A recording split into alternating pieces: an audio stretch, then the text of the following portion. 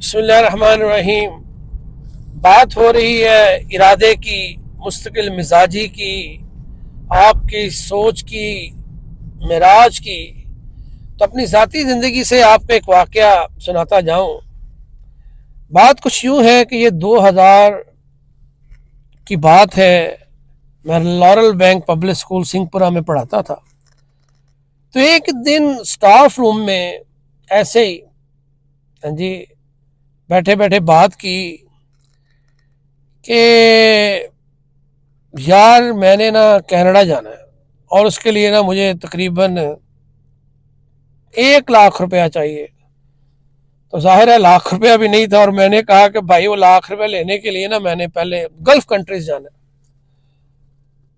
اور دیکھیں اس کے بعد ہوا یہ کہ میں عمان میں 3 سال رہا، پیسے کمائے اور کینیڈا کے لیے اپلائی کیا، اور 2013 میں کینیڈا میں لینڈ ہو گیا۔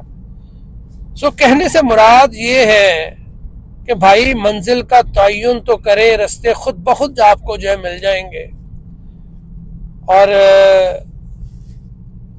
کبھی بھی جس کی کوئی منزل نہیں ہے آپ وہ ادھر ادھر بھٹکتا رہے گا۔ آپ فرض کریں اپنے ایک دوست کو ملنے جا رہے ہیں، شہباز صاحب کو، تو آپ اس کے گھر میں پہنچ جائیں گے، بے شک راستے میں دشواریاں ہوں، ٹریفک بلاک ہو، ہڑتال ہو، لاٹھی چارج ہو، کوئی نہ کوئی راستہ لے کے آپ اس کے گھر پہنچ جائیں گے۔ لیکن اگر آپ گھر سے نکلیں اور آپ نے کسی سے نہیں ملنا، تو ادھر جو ہے کبھی اس کے پاس بیٹھ، کبھی اس کے پاس کھڑے ہو، اسی طرح گھما کے آپ واپس آ جائیں گے۔